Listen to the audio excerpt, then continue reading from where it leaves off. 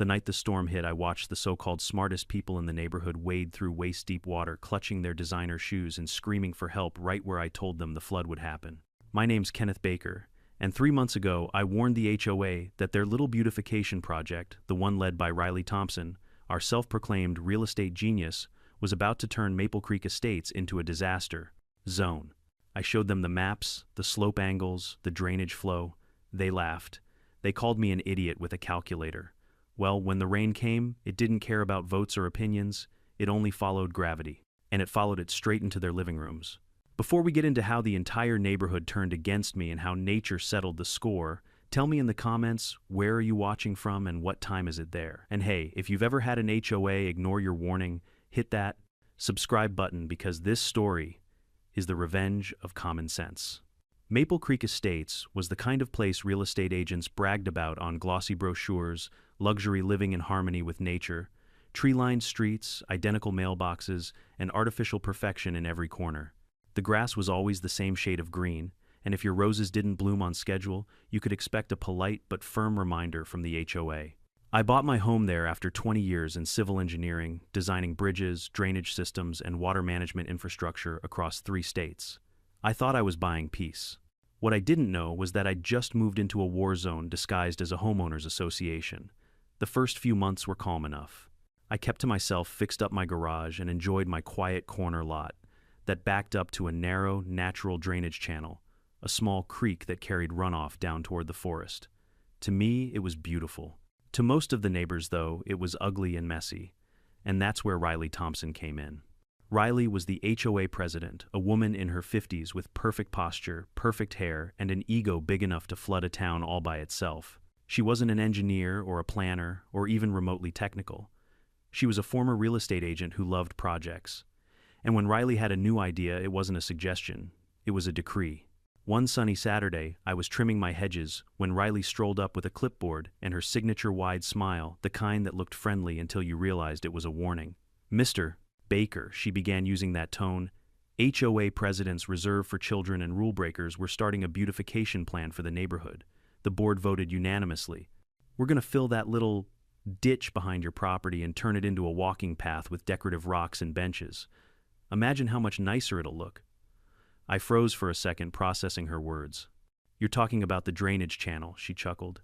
"Drainage, oh Kenneth, it's barely a trickle. It's more of an eyesore than anything. Once it's covered, we can finally landscape properly." I put down my trimmer, wiped my hands, and looked her in the eye. "That's not an eyesore, Mrs. Thompson. That's the primary storm runoff channel for half the neighborhood. You fill that in, and you'll have water backing up into homes during the first heavy rain." Riley gave a little laugh, the kind you give someone who just said something absurd. "I think we'll be fine, Kenneth. The board already consulted a landscaper." "A landscaper?" I repeated, stunned. "You need an engineer, not a landscaper. That's a natural drainage path, not a garden feature. It exists for a reason." She waved her hand dismissively. "You engineers always overcomplicate things. We'll make it pretty and practical." Trust me, I didn't trust her. That night I pulled out my old project maps and checked the county's drainage layout for Maple Creek. Sure enough, the channel behind my property wasn't just a random depression, it was a designated runoff line connected to underground culverts, leading all the way to the retention basin at the end of Pine Hill Drive. If they filled it, they'd be blocking the main artery of the neighborhood's stormwater system. At the next HOA meeting, I showed up early with my laptop, a printed topography map, and a cup of black coffee. I'd need the caffeine. The meeting started like all HOA meetings, a few residents complaining about parking violations, one guy whining about Christmas lights being left up too long. Then Riley stood and unveiled her beautification plan. She had PowerPoint slides, stock photos of smooth stone paths, and little wooden bridges over manicured creeks. People oohed and ahed. Then she asked if anyone had concerns. I raised my hand. "Of course," she sighed, forcing a smile. "Yes, Kenneth. Before you fill in that channel," I said, plugging my laptop into the projector, "you need to see this." The screen lit up with a map of the neighborhood color-coded by elevation. "This," I continued, "is your entire drainage system. That ditch you're filling. It carries all runoff from the upper blocks of Maple Creek during storms.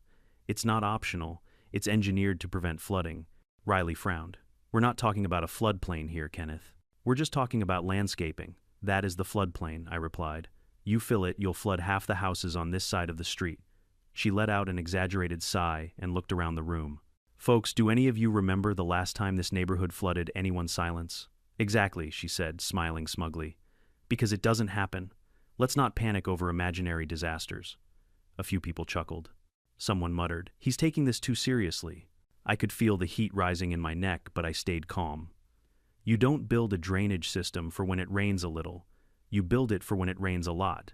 That's how prevention works. Riley shook her head. You're entitled to your opinion, but the board's already voted. Construction starts next month. That was it. End of discussion. When I got home, I sat at my desk and opened a new folder on my computer, HOA drainage proof. Inside, I saved every email, every copy of meeting minutes, and photos of the drainage channel before the project. If they wouldn't listen, maybe one day they'd have to see. Over the next few weeks, I watched construction crews roll in. They dumped gravel, filled the channel, and covered it with decorative stones. They even installed a couple of wooden benches beside what used to be the natural stream. It looked nice in that fake suburban way, until you noticed the standing puddles already forming after small rains. A few neighbors started to whisper about it. "You think Kenneth was right?" one woman asked her husband while I was out mowing the lawn. He shrugged. Riley said it's fine. She knows what she's doing. I almost laughed. One evening I was watering my plants when Riley walked by. Again, clipboard in hand as usual. "See," she said cheerfully, gesturing toward the new stone path. "Isn't it beautiful?" I nodded slightly. "It's definitely something." She tilted her head. "You still think it's going to flood?" I looked at the sky, where dark clouds were already forming on the horizon. "I don't think," I said quietly. "I know. That was early summer." By late August, the air grew heavy, and the news started buzzing with words like tropical depression and record rainfall expected. While Riley was organizing a community picnic to celebrate the new pathway, I was busy buying sandbags, testing my sump pump, and cleaning my drainage trench. It wasn't paranoia, it was preparation. Because I knew exactly how this story was going to end, and deep down I think Riley did too. She just couldn't imagine nature ever proving her wrong. The next HOA meeting was standing room only. The beautification project had become the neighborhood's pride and joy. Everyone wanted to hear updates, offer compliments, or volunteer to plant flowers along the new stone path. Everyone except me. I sat near the back, arms crossed, laptop in my bag. I wasn't there to argue anymore. I was there to document. Riley Thompson stood at the front, dressed in a bright red blazer and armed with her usual charisma. "I just want to thank everyone who helped make Maple Creek more beautiful than ever," she beamed. "The walking path has added value to all our properties and given families a safe place to walk their dogs." "Isn't that wonderful?" The crowd clapped. Someone shouted, "Looks great, Riley." Another added, "Finally, no more muddy creek." She smiled graciously. "Exactly. We're all about progress here." Then she glanced toward me. "Even our resident engineer, Mr. Kenneth Baker, has to admit, it turned out nice, didn't it?" All eyes turned to me. I kept my tone neutral. "It looks nice, but looks and function aren't the same thing." The applause faltered slightly. Riley, sensing a challenge, clasped her hands dramatically. "Oh, care to elaborate for everyone?" I sighed quietly, then stood up. "Fine, since you're asking." I opened my laptop, connecting it to the projector again. "I've compared the county hydrology maps with our property survey. The area you filled in isn't just decorative, it's the only natural runoff channel in the entire lower subdivision. It handles an estimated 40% of stormwater from the upper streets during heavy rainfall." Someone muttered, "He's doing this again." I ignored them. "By filling it with gravel and decorative stone, you've reduced the cross-sectional flow capacity by at least 70%. The water's going to find another route, and that route is through your homes." Riley let out a theatrical sigh, feigning patience. "Kenneth, with all due respect, we appreciate your enthusiasm, but this is not a floodplain. You're making people nervous for no reason." "It doesn't have to be a floodplain to flood," I said. "All it takes is one heavy rain, one clogged drain, and nowhere for the water to go." She rolled her eyes. "So you're saying a little rain will destroy our homes?" "No," I replied evenly.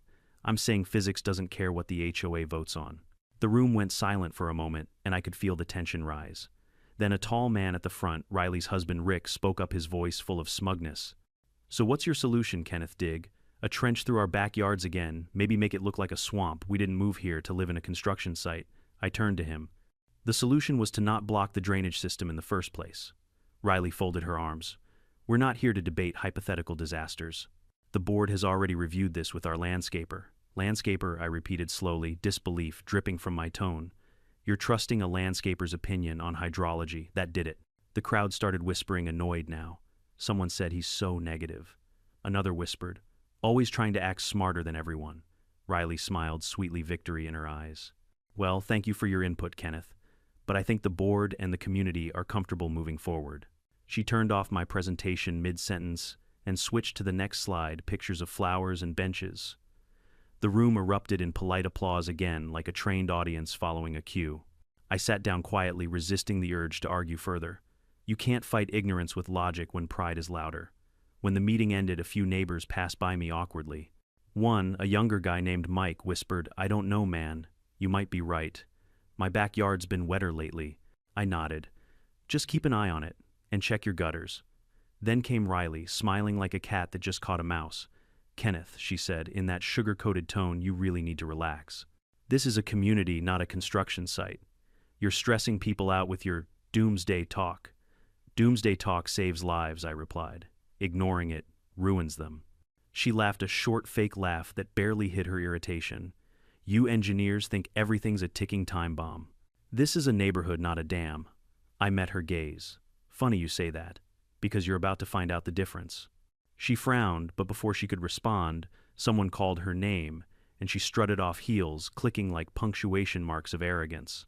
A week later, I was walking the path behind my house after a light rain. The decorative gravel was already shifting, small puddles forming where the water used to flow freely. I crouched down and traced a small trickle finding its way between the stones. It was like watching nature whisper, just wait. I started taking photos. Each time it rained, I documented the pooling water, the erosion, the soggy lawns downstream. One night after another small storm, I sent an email to the HOA board. Subject, your gent. Drainage pathway observations attached. Our photographs showing standing water and erosion in the new walking path. These are early indicators of flow obstruction. I strongly recommend restoring partial drainage clearance before the storm season begins. Best, Kenneth Baker. No response. 2 days later, Riley posted in the community Facebook group. Just a reminder, the new walking path is perfectly safe and functioning beautifully. Please ignore alarmist rumors. Let's stay positive, neighbors, I nearly laughed out loud. Alarmist rumors, she said, as if gravity was just gossip. That week, I went to the county's public works office. I showed them the maps and explained what the HOA had done. The clerk, an older man named Tom Lewis, frowned as he flipped through the paperwork. They didn't file a permit for drainage modification, he said. That's a violation. Exactly, I said. They disguised it as a landscaping project. Tom shook his head. I'll have to send an inspector, but they'll probably stall HOAs. Always think they're above the county. Send him anyway, I said. Before the rain season starts, when the inspector arrived a week later, Riley went into full performance mode. I happened to be trimming my hedge again when she led him behind the houses. Oh, this, she said with fake surprise. It's just a little beautification work. We didn't change anything important. The engineer homeowner over there likes to exaggerate. She smiled toward me, a sharp fake smile. The inspector seemed skeptical but polite. Well, I'll make a note. You'll need to submit a drainage compliance form. Riley nodded, pretending to agree, then later told everyone, see, the county said everything's fine. Of course, that was a lie. The report clearly said further review pending. By late summer, the ground was dry and hard again. The board hosted a barbecue to celebrate the completion of the project. People laughed, drank wine, and congratulated Riley on her leadership. I stayed home, sitting on my back porch, watching the sun dip behind the trees. A faint breeze carried the scent of rain, the kind of smell you recognize after years on construction sites. It wasn't the start of a drizzle. It was the warning before a season. I poured myself a cup of coffee and muttered under my breath, they'll learn. Some people need numbers to understand. Some need evidence. But people like Riley, they need consequences. And when the first storm hit, I knew the consequences would speak louder than I ever could. For a few weeks, life in Maple Creek Estates looked like something out of a magazine spread. Every morning, joggers strolled along the new creek path. Children rode scooters, and Riley Thompson strutted around like she'd just redesigned Central Park. Her husband Rick even hung a little sign near the benches that read Thompson Trail, a vision of progress. Progress. That word made my teeth clench, because behind the progress the water no longer flowed. I could see it every time it rained, puddles forming faster lawns, staying soggy longer, and the faint smell of stagnation creeping into the air after every storm. The natural trickle that once drained into the lower basin now pooled and sat trapped beneath layers of rock and decorative stone. It was subtle at first, nothing catastrophic, just unnatural. And when nature stops moving, you know trouble's brewing. Most people didn't notice or didn't care. They were too busy taking pictures for the HOA Facebook group. Number Maple Creek Pride, they called it. I was the only one who saw the signs. It's a curse being the only person who knows how things are supposed to work, and watching everyone else blindly believe in aesthetics over physics. It was mid-August when I got my first uneasy alert, a tropical disturbance forming in the Gulf. The National Weather Service issued a preliminary watch, which most people ignored. I didn't. I checked rainfall projections, storm trajectories, and soil absorption data for the county. Everything pointed to one fact: we were about to be tested, and Maple Creek's drainage system wouldn't survive the test. That evening, I sent another email to the HOA board, this time labeled Urgent in red. Subject: predicted storm system. Immediate action required. The National Weather Service is predicting 8-12 inches of rainfall within 48 hours. The previously modified drainage channel behind lots 42-68 must be reopened immediately to prevent residential flooding. I strongly advise removing the decorative gravel and restoring at least a 2-foot trench before the storm hits. If ignored, property damage is inevitable. Kenneth Baker, no reply. I waited 1 day, 2, nothing. On the third morning, Riley finally responded, not by email, but with a post in the community group complete with emojis. Hey everyone, some folks are panicking about the upcoming rain. Don't worry, Maple Creek's new design is perfectly fine. Everything drains beautifully. I walked it myself yesterday. Remember to keep your spirits high and stay positive, Dor. The comments rolled in. Thanks, Riley. You're the best, always keeping us calm. I wanted to scream. So instead, I prepared. I spent the next 2 days checking my pumps, cleaning gutters, stacking sandbags near the back gate. My trench, the one I'd maintained quietly for years, was clear and functional. I even set up a few waterproof cameras aimed at the filled-in path. Not because I wanted to prove them wrong, because I wanted evidence when nature proved me right. My neighbor Jared came over that afternoon, his young son tugging at his arm. Hey Ken, he said awkwardly, you think it's really gonna get bad? My wife's freaking out after seeing the Weather Channel. I nodded slowly. It's not the rain that's dangerous. It's where it goes when it can't drain. He frowned. You mean down the path? Used to be the path, I said. Now it's a bathtub. He gave a nervous chuckle. Riley says the landscaping will help absorb the water. Riley says a lot of things, I muttered. He hesitated, then lowered his voice. You think I should do anything? Move your car uphill, I said, and don't leave anything valuable in the basement. He didn't ask further, but the look in his eyes told me he believed me more than he wanted to admit. That night, the news stations buzzed nonstop. Tropical Storm Everett projected to bring record rainfall across 3 counties. The anchor said words like unprecedented flood advisory and potential infrastructure stress. I glanced out my window. The air was thick, the sky bruised gray. There's a kind of silence before a storm that feels wrong, like the world is holding its breath. Around 9 p.m., my phone buzzed with a text from Riley. Riley, Kenneth, stop emailing the board about this. You're scaring residents. The storm will pass. Please be a team player. Me, it's not about fear, it's about readiness. You filled the only natural outlet. You need to clear it before midnight. Riley. This is harassment. I'll have to report this to the HOA legal committee if it continues. That was the last message I sent her. From then on, I let the sky do the talking. The first drops came the next morning, small, steady, almost gentle. By noon, the rain turned to sheets, and by evening it was a wall of water. I stood on my porch, coffee in hand, watching the storm water rush through my trench exactly as designed. The flow was fast, strong, clean, a beautiful sight to an engineer's eye. But further down where Riley's path began, the water had nowhere to go. By 7 p.m., it was pooling. By 9, it was a shallow lake. And by midnight, the water had started creeping across the lawns of the lower houses.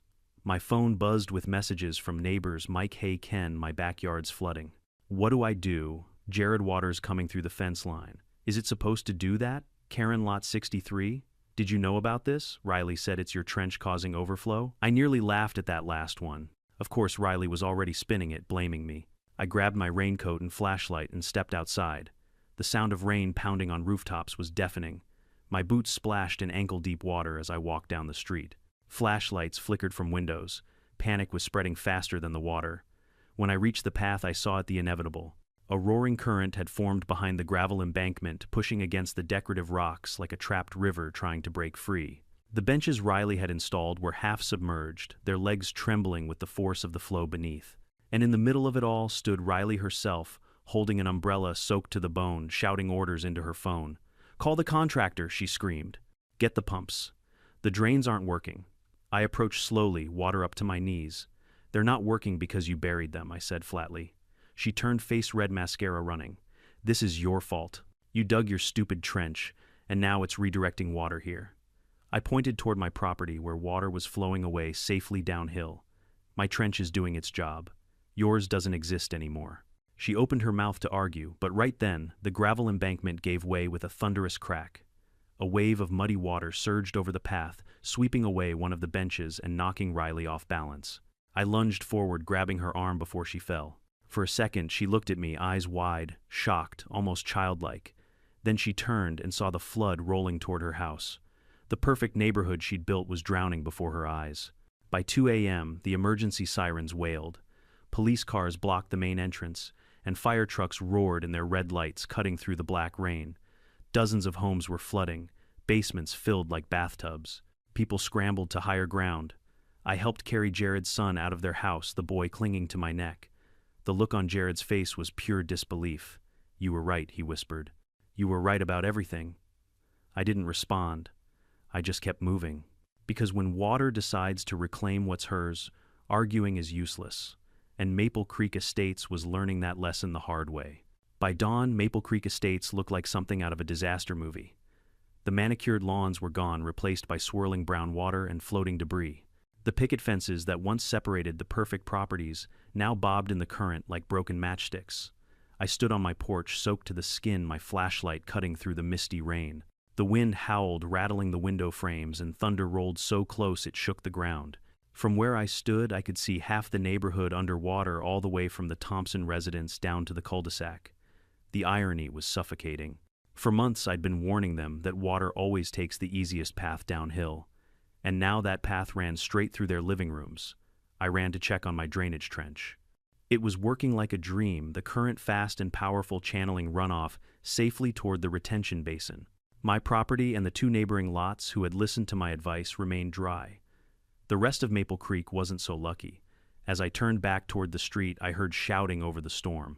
Help! Somebody help! It was Jared wading through waist-deep water, carrying his 7-year-old son in one arm and dragging a plastic storage bin with the other. The water reached his chest, and I could see his porch light flickering behind him, half submerged. Over here, I yelled, running to meet him. I grabbed his arm and helped pull the kid up onto my porch. Inside, I shouted. Dry off, Jared set the boy down, panting hard. The water came in through the back door like a wave, he said, gasping. Basement's gone. Everything.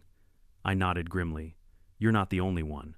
Over his shoulder, I could see more neighbors stumbling out of their homes, clutching pets, boxes, whatever they could grab. The HOA's Thompson Trail, that so-called walking path, was now a violent stream churning with mud and debris. And in the middle of it all, Riley Thompson was standing in her driveway, waving a flashlight, screaming at her husband. Turn off the breaker, Rick. Turn it off before the water. Her voice was drowned out by another crack of thunder. I splashed through the current toward her house.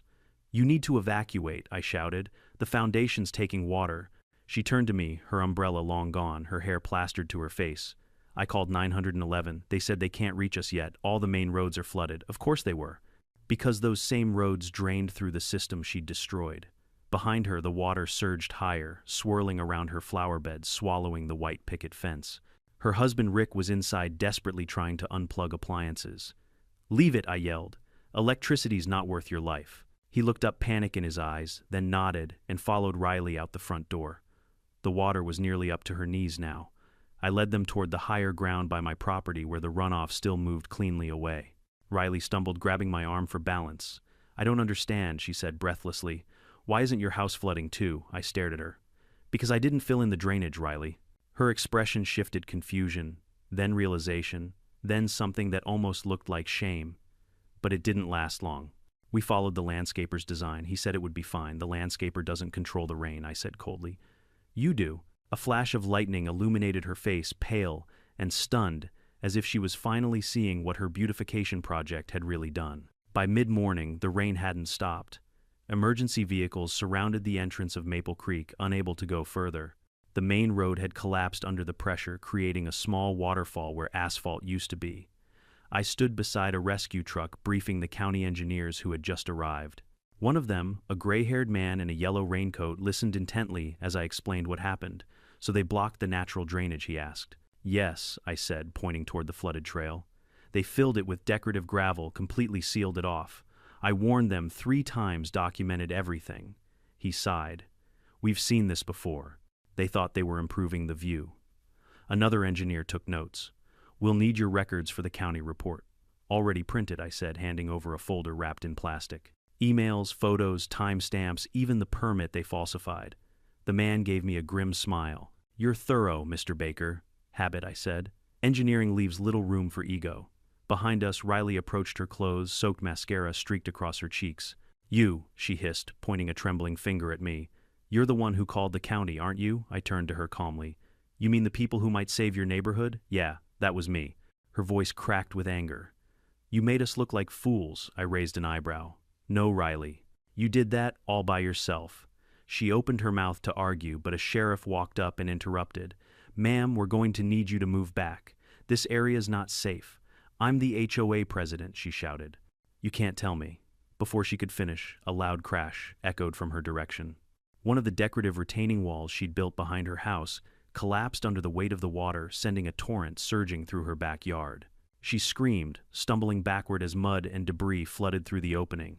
The sheriff grabbed her arm and pulled her to safety. She was shaking uncontrollably, now the same woman who had mocked me in public, now watching her legacy crumble before her eyes. By afternoon, local news crews had arrived, broadcasting live from the chaos. I stood off to the side as they interviewed residents knee-deep in water, their voices trembling with anger and disbelief. The HOA said the system was fine, one woman cried. They said it couldn't flood here. Another man shouted, we paid thousands in HOA fees for this mess. I could see the reporter's camera pan over the submerged path, the wooden benches, the half-buried Thompson Trail sign barely sticking out of the muddy water. It was poetic in a grim kind of way. When a journalist approached me, microphone in hand, she asked, Sir, I heard you predicted this. Can you tell us what happened? I hesitated, looking out over the devastation. I didn't predict it, I said quietly. I calculated it. There's a difference. She nodded, sensing the weight behind my words. And you warned the HOA 3 times, I said. They called me an alarmist, an idiot.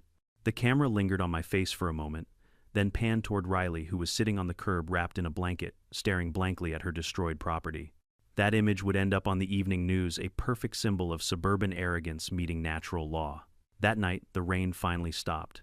The water began to recede, but the damage was irreversible. Basements collapsed, cars were ruined, and the HOA's entire budget, nearly $400, 0 inches community funds, was gone, washed away with the gravel they'd dumped over the creek. I walked through the aftermath with a flashlight recording video for documentation. Fallen fences, warped siding, uprooted trees, all of it. At the end of the trail where the creek used to flow freely, I found one of the benches upside down, half buried in mud. The plaque still glimmered faintly under my beam, Thompson Trail, a vision of progress. I knelt down and whispered, You got your progress, Riley. When I returned home, my house stood dry and steady. My pumps had done their job. My trench still carried runoff cleanly to the basin. The lights flickered but never went out. I poured a cup of coffee, sat by the window, and watched the flashing lights fade in the distance. Somewhere out there, people were still trying to salvage what they could, their furniture, their memories, their pride. I didn't feel happy. I didn't feel vindicated. I just felt tired. Because I hadn't wanted to be right. I'd wanted them to listen before it was too late. And now every ripple of muddy water outside was whispering the same truth. You can silence a man. You can ignore a warning. But you can't stop the rain. The morning after the storm, Maple Creek Estates no longer looked like a neighborhood. It looked like a lake with rooftops. A light mist hung over the still water, carrying the sour smell of mud and gasoline. Abandoned cars sat half submerged at odd angles. Plastic patio chairs floated down the street like driftwood. Birds circled above the flooded cul-de-sac, confused by the sudden appearance of a new pond. And standing in the middle of it all was silence, that strange, heavy silence that only follows chaos. When the first rescue boat arrived, the deputy steering it asked if anyone inside was still stranded. I pointed toward the Thompson house, or what was left of it. The entire lower level was underwater. Only the top story remained visible, curtains flapping through shattered windows. She's in there, the deputy asked. She was, I said. She might have gone to higher ground, but she hasn't answered calls. He nodded and steered toward the house, shouting through a megaphone. County rescue, if anyone's inside, make yourself known. A faint cry came from the balcony. "Up here, please." Riley Thompson appeared drenched, trembling, clinging to the railing. Her once elegant blazer was plastered with mud, her hair tangled and dripping. Behind her stood Rick, her husband, holding their soggy golden retriever. The deputy guided the boat to the side of the house, and I waded closer through waist-deep water to help them down. Riley's eyes met mine for just a second, shame, fear, disbelief. Then she looked away quickly. When she climbed into the rescue boat, she whispered, "It's all gone, Kenneth." I nodded slowly. "Yeah, it is." By noon, County Emergency Services had turned Maple Creek's community center into a makeshift shelter. Dozens of homeowners gathered there, wet, exhausted, and furious. The air buzzed with frustration, whispered accusations, and the occasional muffled sob. I sat near the back, sipping a paper cup of lukewarm coffee, when I heard Riley's voice rise near the front. "This isn't my fault," she cried. "The county should have had better infrastructure. The landscaper was supposed to handle drainage." He said everything was compliant. Her voice trembled not with humility but with desperation. She was still fighting for control, even while surrounded by the proof of her failure. A county engineer, clipboard in hand, responded patiently. "Ma'am, your HOA filed the beautification project under cosmetic modification, not structural drainage work. That's an unpermitted alteration. You didn't submit the necessary environmental review." Riley shook her head violently. "We had approval from—" "No, ma'am," the engineer interrupted. "You claimed you had approval. You don't." The room fell quiet. Another resident, Karen Morales, stood up, pointing angrily at Riley. "You told us everything was fine. You said Kenneth was fear-mongering." A chorus of agreement rippled through the crowd. "She ignored the warnings. She spent our HOA fees on this. She ruined our homes." Riley's face drained of color. "It wasn't like that," she stammered. "We all voted for it." "Because you lied," Karen shouted. "You told us the county signed off. You told us Kenneth was overreacting." Rick, sitting beside her, covered his face with his hands. "Enough, Riley," he muttered. "Just stop." But Riley couldn't stop. People like her don't know how. That evening, I walked the flooded streets with Tom Lewis, the county inspector who'd first warned me that the HOA hadn't filed proper permits. He was quiet, his boots splashing through the shallow water as we surveyed the wreckage. "You tried to warn them," he said softly. "You did everything right." "Doesn't feel like it," I admitted. "They still lost everything." Tom exhaled slowly. "Sometimes people have to drown in their own decisions before they believe in consequences." We stopped near what used to be the Thompson Trail. The wooden benches were gone. The gravel was washed away, replaced by deep gouges carved into the earth by violent runoff. The creek had returned, not the gentle one I remembered, but a raging scar cutting through the neighborhood. Nature had reclaimed what was hers. Tom crouched to examine the damage. "When the county files the report," he said, "it's going to name the HOA as responsible, and you're going to be listed as the primary complainant who provided documented warnings. That'll protect you legally." I nodded. "I didn't do it for protection."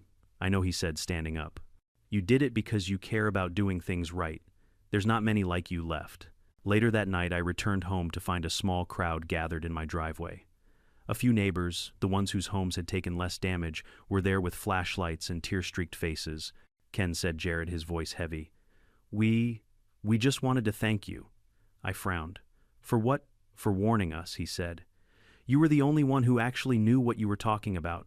We didn't listen." "We should have." Another neighbor, Susan, chimed in. "You saved our kids last night. You helped carry them out. I'll never forget that." Their gratitude caught me off guard. For months, I'd been the villain, the negative engineer, the alarmist. Now they looked at me like I was the only steady ground left in a drowning world. I gave them a tired smile. "Just promise me one thing," I said.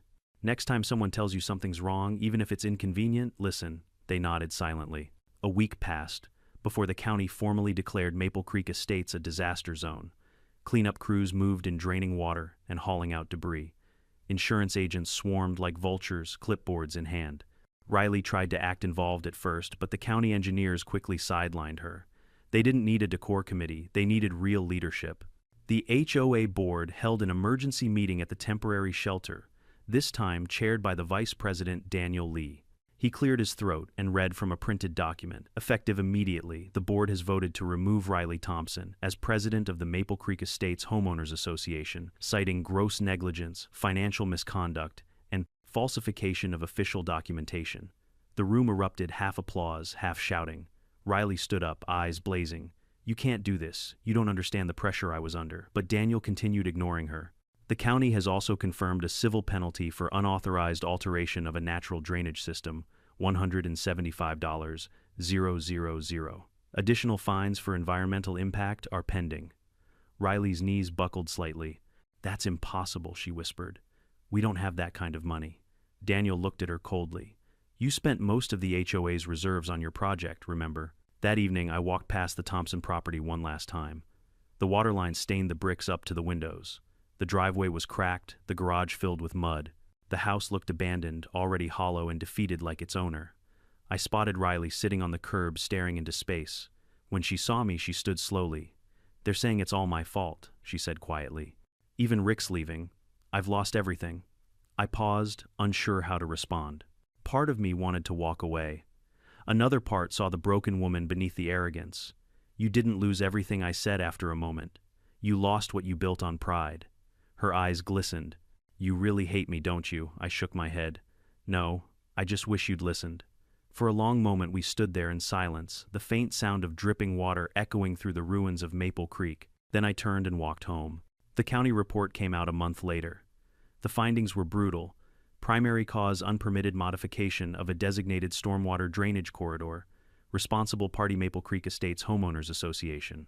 Complaint origin: Kenneth Baker. The story hit local news. Headlines read: Engineers warning ignored HOA project causes $4 million flood disaster. The footage showed aerial drone shots of Maple Creek's drowned streets, the cracked roads, the toppled fences. And right in the middle, my old footage of the meetings where Riley called me paranoid, where the crowd laughed. It went viral. For a brief moment, I became the neighborhood's cautionary tale and its reluctant hero. But I didn't want fame. I just wanted peace. When I finally walked along the newly rebuilt creek months later, the air was fresh again. The county had restored the drainage to its natural form, deeper, stronger, cleaner. The sound of flowing water filled the quiet morning. It was beautiful. And this time, nobody was trying to cover it up with gravel.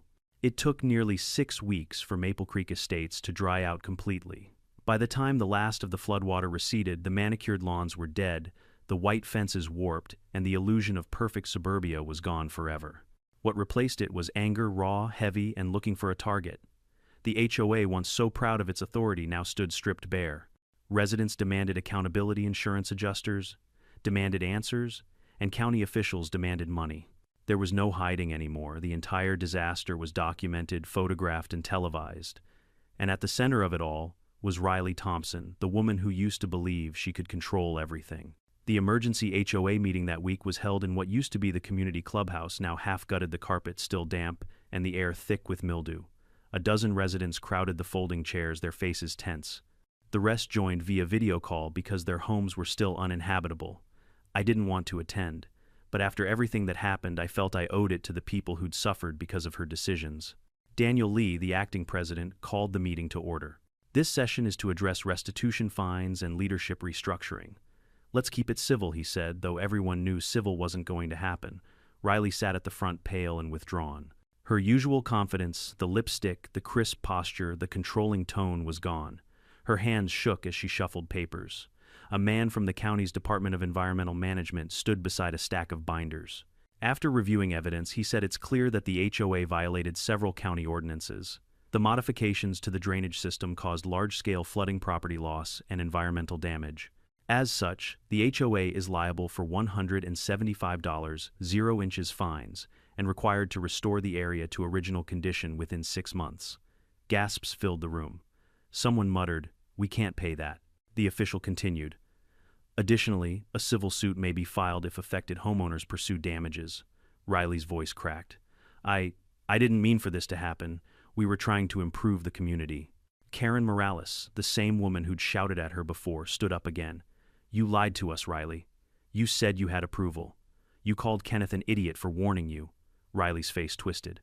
I thought he was exaggerating. How was I supposed to know? I finally spoke up, my voice steady. You were supposed to listen. That's all you ever had to do. The room fell quiet. Everyone turned toward me. I stood taking a deep breath. When I moved here, I wanted what you all wanted: peace, community, safety. I gave you every warning I could. I showed you the data, the maps, the risks. But pride got in the way. You wanted beauty more than you wanted sense. And now nature's collected the debt. Daniel nodded solemnly. Well said, Mr. Baker. Over the next few weeks, the HOA began to collapse. Several board members resigned. The treasurer admitted that Riley had authorized payments from the maintenance fund without proper approval, $312,000 spent on aesthetic improvements. Insurance companies launched their own investigations. Property values plummeted.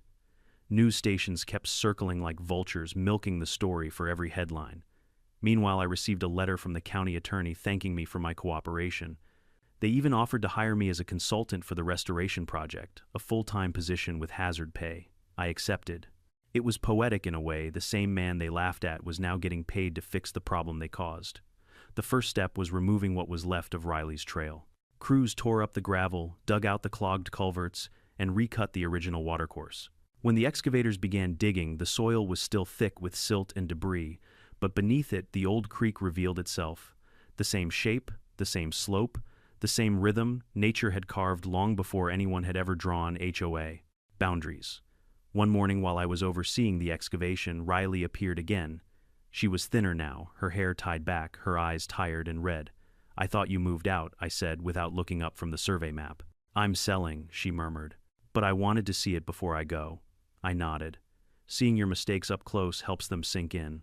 She flinched slightly. "I deserve that." For a long moment we just stood there, the sound of machinery filling the silence. Then she spoke softly. "They're suing me personally, you know. The HOA. Rick left last week. I don't even blame him." I finally looked at her. "You built your house on the wrong kind of foundation, Riley, not the ground. The pride." She wiped her eyes. "I just wanted to make the neighborhood better. And instead I said quietly, 'You made it honest.'" She frowned, not understanding. I gestured around us. "Look at it. No fake perfection left. Just real ground, real water, real consequences. It's ugly, but it's real. Maybe that's better than the lie you were selling." For the first time, she didn't argue. She just nodded and walked away, her shoes sinking slightly into the wet earth. By winter, the restoration project was complete. The creek flowed again, narrow, steady, alive. The county installed new storm grates, retaining walls and warning signs about altering natural waterways. Neighbors began returning one by one, rebuilding what they could. A few families moved out entirely, selling at a loss. The rest stayed, perhaps humbled by what had happened. One evening, Jared invited me to a small neighborhood gathering, a quiet one, no speeches, no fanfare. Just a few people on the newly built wooden bridge over the creek holding cups of cocoa and watching the sunset. As the orange light reflected off the water, Jared said, "Hard to believe this little stream took down an entire HOA." I smiled faintly. Water doesn't destroy. It just reminds people what direction gravity goes. Everyone chuckled softly, though. The mood stayed reflective. Karen looked over. "You ever think about running the HOA yourself, Ken?" I laughed. "After what I've seen? No thanks. I'd rather stick to drainage than drama." But she smiled. "We could use someone who actually knows what they're talking about." "Maybe," I said, "but knowledge only helps if people are willing to listen." 2 weeks later, I received a letter in the mail, thick, official, sealed with a court emblem. Inside was a check, $42,000.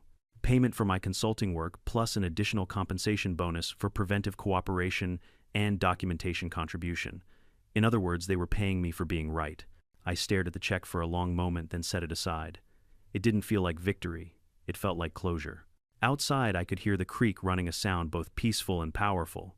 A reminder that nature doesn't care about ego committees or titles. It only cares about balance.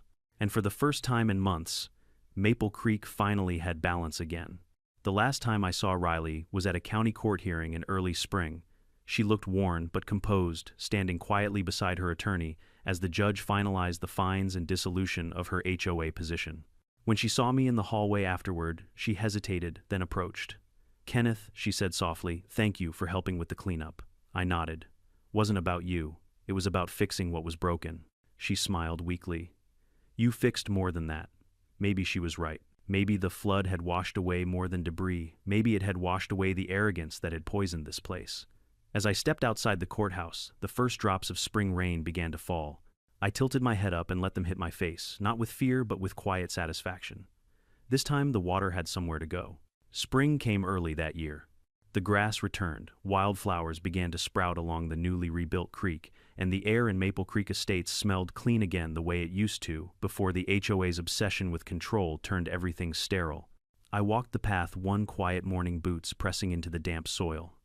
The sound of water rushing softly over the rocks filled the air steady alive like nature itself was breathing again. For months I had avoided calling it the creek. It felt wrong after what had happened, as if naming it brought back memories of everything that was lost. But that morning, as sunlight sparkled off the surface, I realized something. It wasn't just a creek. It was proof.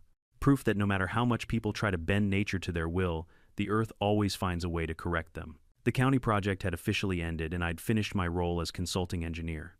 The job had brought me closure and a sense of vindication I didn't expect to feel so quietly. There were no parades, no applause, just stability, balance. Maple Creek Estates was no longer the picture-perfect neighborhood that once bragged about symmetry and status. Now it was something better, imperfect, scarred, but wiser. Several houses still bore water stains, silent reminders of the flood. Some residents left and never came back. But those who stayed had changed.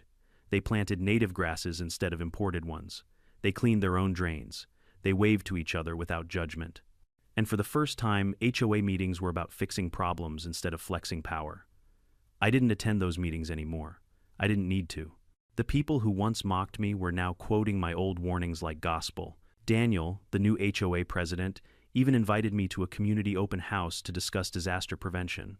He introduced me as the man who saw what none of us could. I stood before the small crowd, most of them my neighbors, some still rebuilding, some still embarrassed, and said I didn't see anything special. I just paid attention. A murmur of agreement spread through the room. I continued. The truth is, simple nature isn't our enemy. It's not chaos to be tamed. It's a system one that was here long before we were, and it doesn't answer to votes, opinions, or HOA committees. You can't outvote gravity. People chuckled softly, but they listened. Then I said something I hadn't planned to.